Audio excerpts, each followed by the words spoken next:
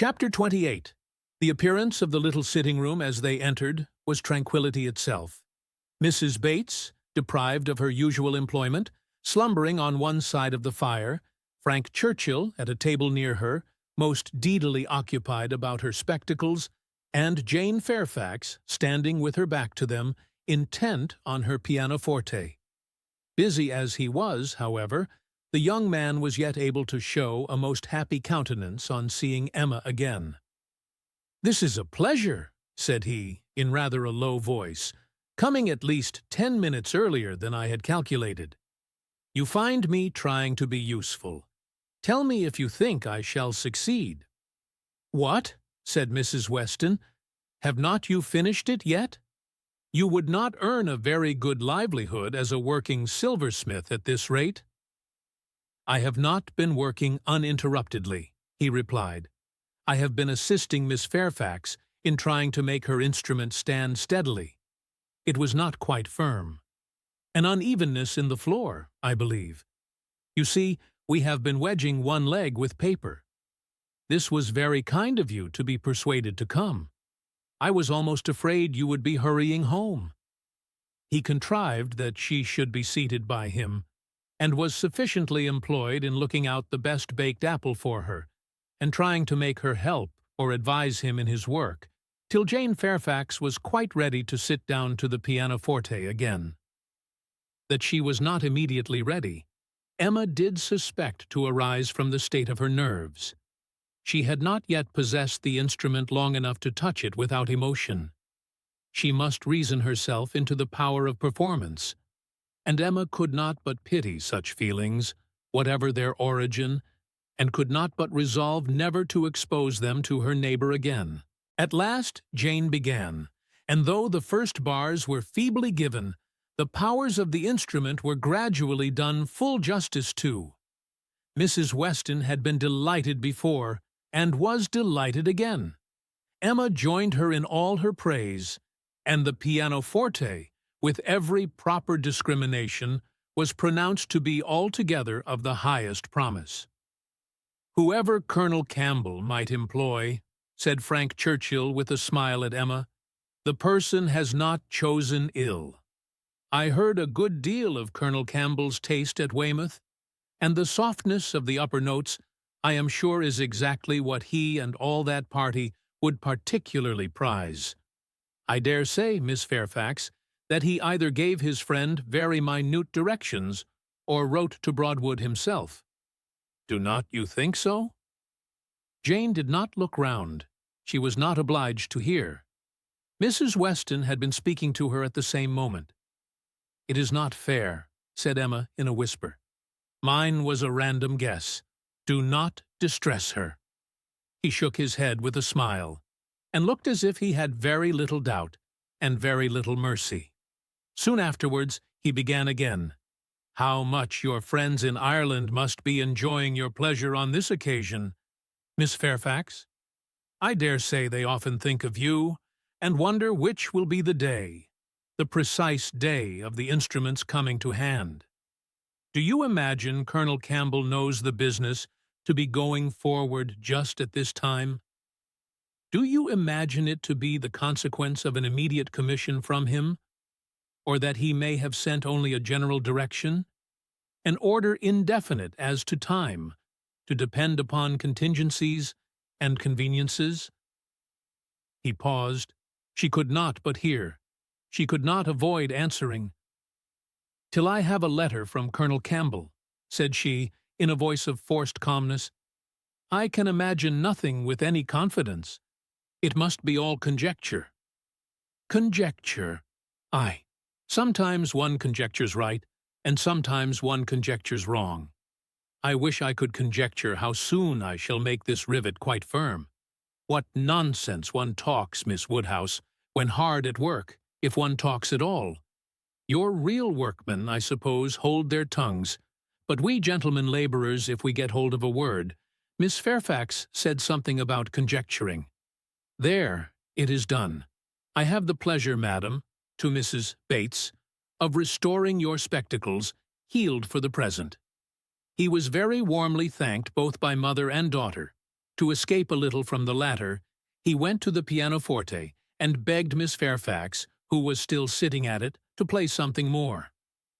"If you are very kind," said he, "it will be one of the waltzes we danced last night. Let me live them over again. You did not enjoy them as I did. You appeared tired the whole time.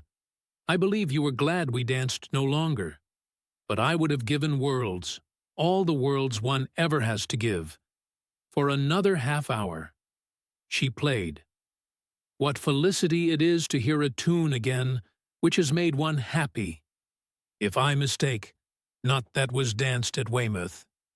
She looked up at him for a moment, colored deeply, and played something else. He took some music from a chair near the pianoforte, and turning to Emma said, "Here is something quite new to me. Do you know it? Kramer. And here are a new set of Irish melodies. That, from such a quarter, one might expect. This was all sent with the instrument. Very thoughtful of Colonel Campbell, was not it? He knew Miss Fairfax could have no music here. I honor that part of the attention particularly. It shows it to have been so thoroughly from the heart. Nothing hastily done. Nothing incomplete. True affection only could have prompted it." Emma wished he would be less pointed, yet could not help being amused, and when on glancing her eye towards Jane Fairfax, she caught the remains of a smile, when she saw that, with all the deep blush of consciousness, there had been a smile of secret delight. She had less scruple in the amusement, and much less compunction with respect to her. This amiable, upright, perfect Jane Fairfax was apparently cherishing very reprehensible feelings. He brought all the music to her, and they looked it over together. Emma took the opportunity of whispering, "You speak too plain. She must understand you. I hope she does. I would have her understand me. I am not in the least ashamed of my meaning. But really I am half ashamed, and wish I had never taken up the idea. I am very glad you did, and that you communicated it to me. I have now a key to all her odd looks and ways. Leave shame to her. If she does wrong, she ought to feel it. She is not entirely without it, I think. I do not see much sign of it. She is playing Robin Adair at this moment, his favorite." Shortly afterwards, Miss Bates, passing near the window, descried Mr. Knightley on horseback not far off. "Mr. Knightley, I declare, I must speak to him if possible, just to thank him. I will not open the window here. It would give you all cold. But I can go into my mother's room, you know. I dare say he will come in when he knows who is here. Quite delightful to have you all meet so. Our little room so honored." She was in the adjoining chamber while she still spoke, and opening the casement there, immediately called Mr. Knightley's attention, and every syllable of their conversation was as distinctly heard by the others as if it had passed within the same apartment. "How do you do? How do you do? Very well, I thank you. So obliged to you for the carriage last night. We were just in time. My mother just ready for us. Pray come in. Do come in. You will find some friends here." So began Miss Bates, and Mr. Knightley seemed determined to be heard in his turn, for most resolutely and commandingly did he say, "How is your niece, Miss Bates? I want to inquire after you all, but particularly your niece. How is Miss Fairfax? I hope she caught no cold last night. How is she today? Tell me how Miss Fairfax is." And Miss Bates was obliged to give a direct answer before he would hear her in anything else. The listeners were amused, and Mrs. Weston gave Emma a look of particular meaning. But Emma still shook her head in steady skepticism.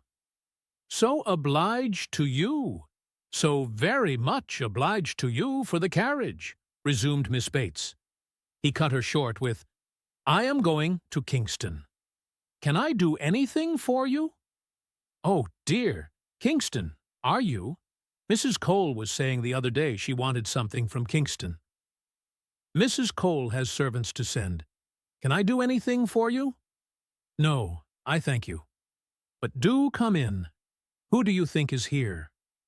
Miss Woodhouse and Miss Smith, so kind as to call to hear the new pianoforte. Do put up your horse at the Crown, and come in. Well, said he, in a deliberating manner, for 5 minutes, perhaps. And here is Mrs. Weston, and Mr. Frank Churchill, too. Quite delightful. So many friends. No, not now, I thank you. I could not stay 2 minutes. I must get on to Kingston as fast as I can. Oh, do come in. They will be so very happy to see you. No, no, your room is full enough. I will call another day and hear the pianoforte.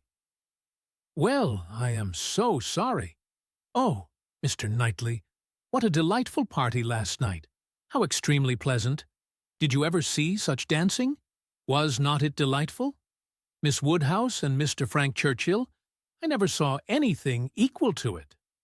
Oh, very delightful indeed. I can say nothing less, for I suppose Miss Woodhouse and Mr. Frank Churchill are hearing everything that passes. And, raising his voice still more, I do not see why Miss Fairfax should not be mentioned, too. I think Miss Fairfax dances very well, and Mrs. Weston is the very best country dance player, without exception, in England. Now, if your friends have any gratitude, they will say something pretty loud about you and me in return, but I cannot stay to hear it. Oh, Mr. Knightley, one moment more. Something of consequence. So shocked. Jane and I are both so shocked about the apples. What is the matter now? To think of your sending us all your store apples. You said you had a great many, and now you have not one left. We really are so shocked. Mrs. Hodges may well be angry. William Larkins mentioned it here. You should not have done it. Indeed, you should not.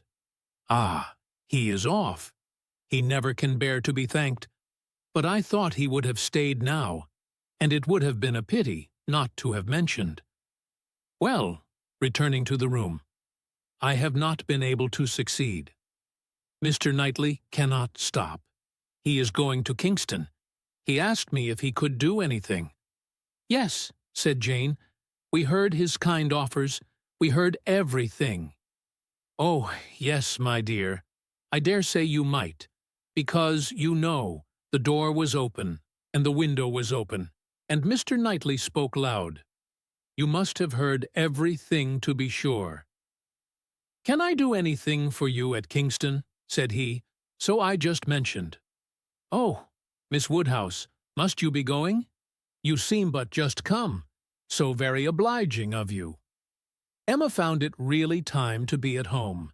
The visit had already lasted long, and on examining watches so much of the morning was perceived to be gone that Mrs. Weston and her companion, taking leave also, could allow themselves only to walk with the two young ladies to Hartfield gates, before they set off for Randalls.